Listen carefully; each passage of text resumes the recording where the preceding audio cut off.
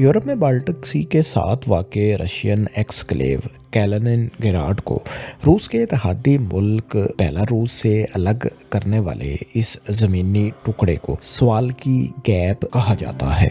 इस इंतहाई अहम पट्टी की लंबाई तकरीबन 65 किलोमीटर है। दूसरी जानिब दोस्तों, यही खिता वो वाहिद ज़मीनी रास्ता है जो 3 नन्ही मुन्नी बाल्टिक रियासतों लिथुआनिया, लाटविया और एस्टोनिया को इनके नेटो इत्तेहादियों पोलैंड और जर्मनी वगैरह से मिलाता है। लेकिन सवाल ये पैदा होता है कि आखिर सवाल की गैप कैसे वजूद में आया और क्यों आया। नेटो और रशिया दोनों के लिए इस छोटी सी ज़मीनी पट्टी की स्ट्रेटेजिक अहमियत क्यों इतनी ज़्यादा है, और क्या कभी इस गैप को मिटाकर रूसी एक्सक्लेव कैलिनिनग्राड को बेलारूस और फिर डायरेक्ट रूस से मिलाने की कोई कोशिश भी की गई?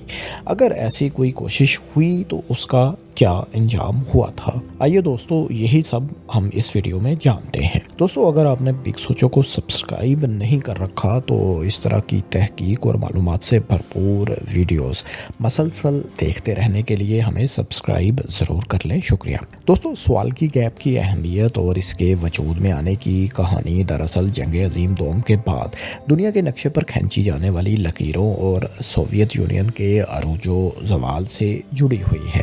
1945 से पहले के यूरोप के नक्शे पर अगर नज़र दौड़ाएं तो हमें कैलिनिनग्राड नाम का कोई इलाका नज़र नहीं आएगा। ये खिता दरअसल जर्मनी की सरजमीन हुआ करता था जिसे ईस्ट प्रशिया कहा जाता था, और इसका दारुल हुकूमत कोनिग्सबर्ग यानी आज का कैलिनिनग्राड था। लेकिन 1945 में जब दूसरी जंग अजीम के दौरान जर्मनी को शिकस्त का सामना करना पड़ा तो फातेह इत्तेहादियों ने पोस्टडैम मुआहदे के तहत जर्मनी के इस इलाके को सोवियत यूनियन और पोलैंड में तकसीम कर दिया। ईस्ट प्रशिया का शमाली हिस्सा कैलिनिनग्राड सोवियत यूनियन के कब्जे में चला गया, क्योंकि सोवियत लीडर जोसेफ स्टालिन को बाल्टिक सी में एक ऐसी बंदरगाह की अशद ज़रूरत थी जो मौसम सरमा में मंजमद ना हो। याद रहे कि ईस्ट प्रशिया का शमाली हिस्सा जो इस माहदे में सोवियत यूनियन को मिला था वो सोवियत रियासतों में से रशियन टेरिटरी बनाई गई थी, यानी ये इलाका रूस ही को मिला था, किसी और सोवियत रियासत को नहीं।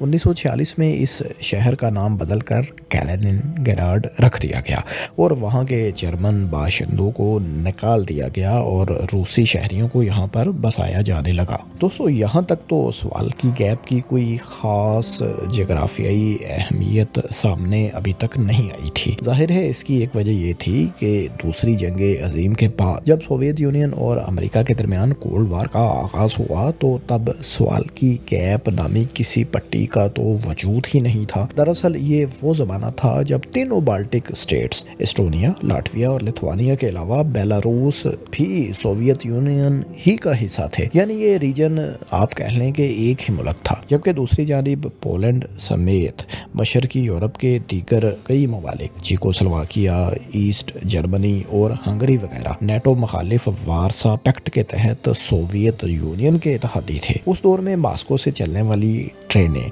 बेलारूस और लिथुआनिया की हदूद से होती हुई बगैर किसी रुकावट के सीधी कैलिनिनग्राड तक जाया करती थीं। लेकिन दोस्तों, फिर आया 1991 का साल और सोवियत यूनियन के हिस्से बखरे होने से दुनिया का नक्शा ही बदल गया। वारसा पैक्ट भी इसके साथ ही अपने अंजाम को पहुंचा और सोवियत यूनियन के टूट जाने से रूस के अलावा 14 नई आज़ाद रियासतें भी दुनिया के नक्शे पर उभरी, जो मुख्तलिफ औकात में सोवियत यूनियन यानी यूएसएसआर का हिस्सा बनी थी। यूएसएसआर से अलहदा होने वाले ममालिक में बेलारूस के अलावा तीनों बाल्टिक रियासतें लिथुआनिया, लाटविया और एस्टोनिया भी शामिल थीं। इन नई आज़ाद रियासतों के वजूद में आने से कैलिनिनग्राड रूस से कटकर एक एक्सक्लेव बन गया, जिसके चारों तरफ गैर मुल्की ज़मीनें या सरहदें थीं। चूँकि वारसा पैक्ट का भी खात्मा हो चुका था, लिहाजा पोलैंड और दीगर मशरकी यूरोपियन स्टेट्स भी रशियन मिलिट्री इत्तेहाद का हिस्सा अब नहीं रही थीं। दोस्तों यहाँ तक भी सूरत हाल रूस के लिए किसी हद तक काबिल बर्दाश्त थी, लेकिन रशिया के लिए असल परेशानी तब शुरू हुई जब 1999 में पोलैंड और फिर 2004 में लिथुआनिया समेत तीनों बाल्टिक रियासतों ने नेटो इत्तेहाद में शमूलियत इख्तियार कर ली। याद रहे कि इसी साल ये चारों ममालिक ही यूरोपीय यूनियन का हिस्सा भी बन गए थे, यानी कैलिनिनग्राड से बराह रास्त बॉर्डर शेयर करने वाली रियासतें अब रूस मुखालिफ इत्तेहाद का हिस्सा बन चुकी थी। अगरचे सोवियत यूनियन टूटने के बाद भी बेलारूस रूस का इत्तेहादी रहा और आज भी है, लेकिन इसकी भी सरहदें कैलिनिनग्राड से बराह रास्त मिली हुई नहीं हैं। यूं दोस्तों, पोलैंड और लिथुआनिया के दरमियान मौजूद जंगलों और दलदली इलाकों पर मुश्तमिल ये 65 किलोमीटर की आम सी सरहद अचानक से बेपनाह स्ट्रेटेजिक अहमियत इख्तियार कर गई, जिसे आज हम स्वाल्की गैप के नाम से जानते हैं, क्योंकि अब इस अहम तरीन ज़मीनी पट्टी के एक तरफ नेटो का सबसे बड़ा हरीफ रूस कैलिनिनग्राड की सूरत में और दूसरी जानिब रूस का इत्तेहादी बेलारूस खड़ा था।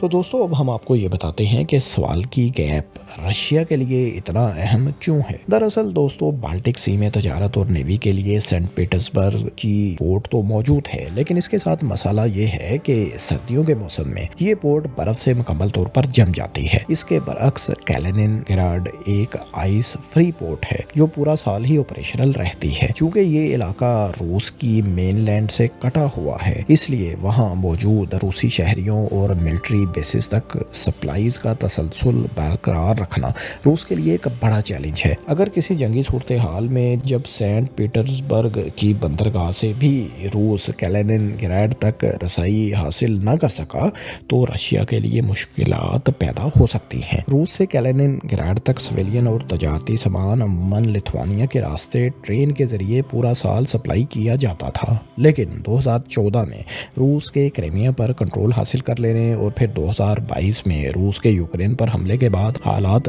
अक्सर बदल गए हैं। यूरोपीय यूनियन और लिथुआनिया ने पाबंदियां आयद करते हुए इस ट्रांजिट रूट पर सख्तियां शुरू कर दी थी, जिससे रूस को अब कैलिनिनग्राड तक रसाई में शदीद मुश्किलात का सामना करना पड़ रहा है। रशिया के लिए सूरत हाल मजीद संगीन तब हो गई जब हाल ही में स्वीडन और फिनलैंड ने भी नेटो इत्तेहाद में शमूलियत इख्तियार कर ली।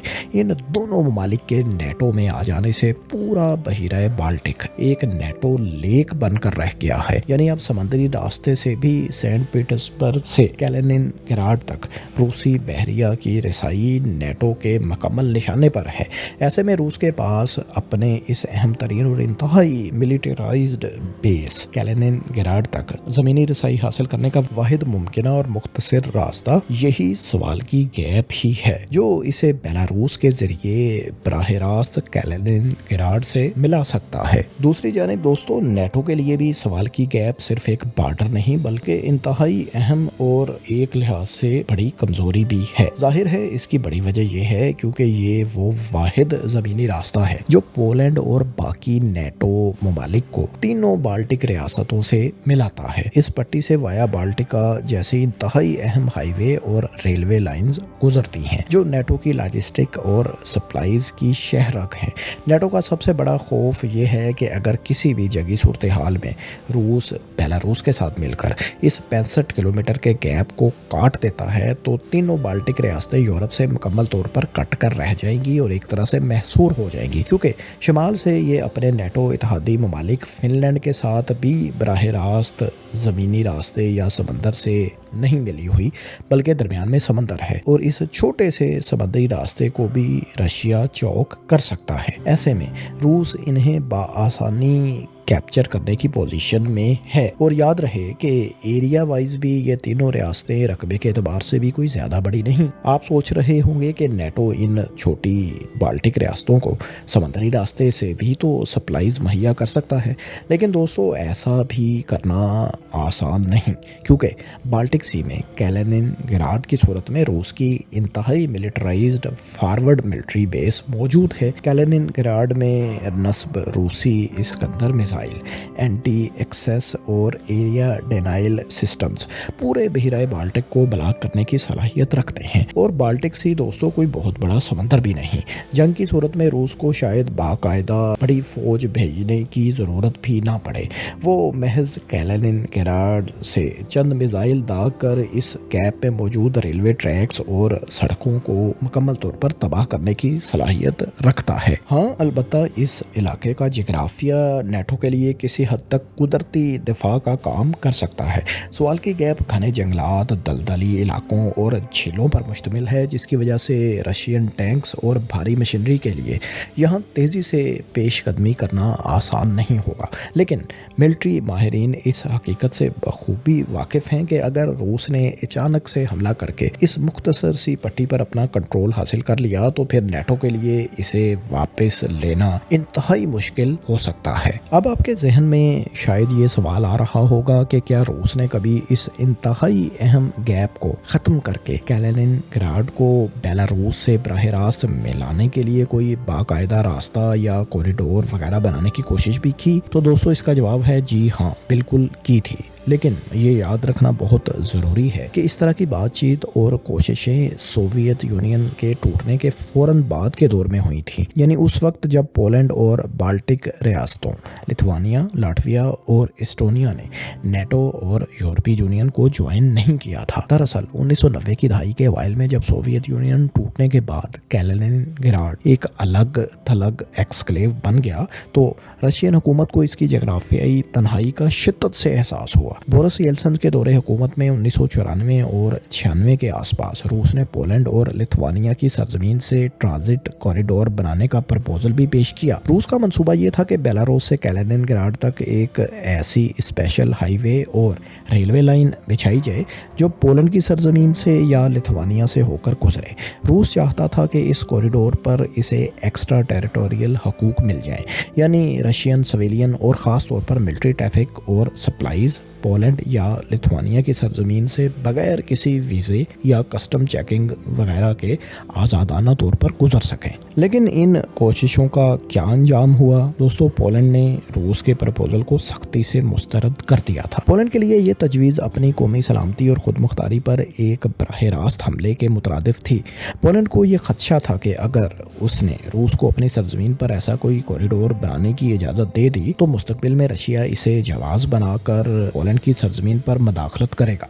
लिथुआनिया ने भी उसी दौर में इस सरजमीन से किसी ऐसे रशियन कॉरिडोर के आइडिया की शदीद मुखालफत तब की थी। दोस्तों, इस मुखालफत की और रशियन प्रपोजल को मुस्तरद करने की बड़ी वजह यह थी कि उस दौर में पोलैंड और लिथुआनिया तेजी से यूरोप के करीब हो रहे थे। ये ममालिक नेटो और यूरोपीय यूनियन का हिस्सा बनने की कोशिशें कर रहे थे।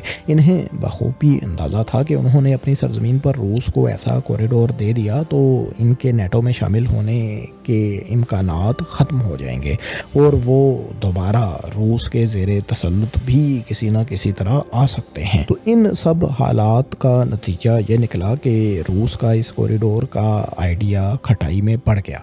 फिर जब 1999 में पोलैंड और 2004 में लिथुआनिया ने बाकायदा तौर पर नेटो को ज्वाइन कर लिया तो कॉरिडोर बनने के इम्कानात और पुरअमन सफारती रास्ते ज़ाहिर है हमेशा के लिए ख़त्म हो गए। इसीलिए आज रूस के पास इस गैप पर पुरअमन तरीके से कंट्रोल हासिल करने का कोई हल मौजूद नहीं और ये इलाका सफारतकारी की बजाय एक मुमकिना बड़ी जंग के इंतहाई ख़तरनाक फ्लैश पॉइंट में तब्दील हो चुका है। मौजूदा हालात की नज़ाकत और इस खित्ते में मंडलाते ख़तरात को देखते हुए पोलैंड और बाल्टिक रियासतों ने अमली इक़दामात भी करने शुरू कर दिए हैं।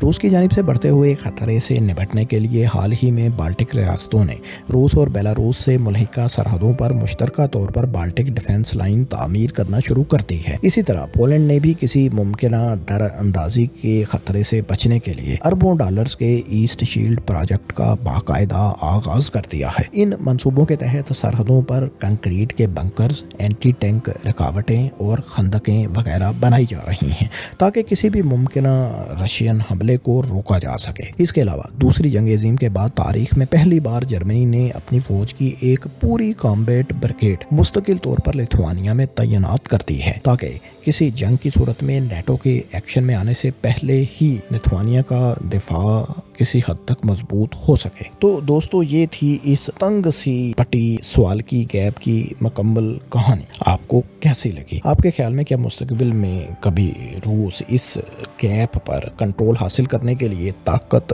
کا استعمال کرنے کا رسک لے گا؟ اپنی رائے کا اظہار کامنٹس میں ضرور کریں، ہم آپ کے کامنٹس پڑھتے ہیں، اور اس طرح کی دلچسپ اور تحقیقاتی ویڈیوز آئندہ بھی دیکھتے رہنے کے لیے بگ سوچو کو سبسکرائب کرنا نہ بھولیے۔ شکریہ۔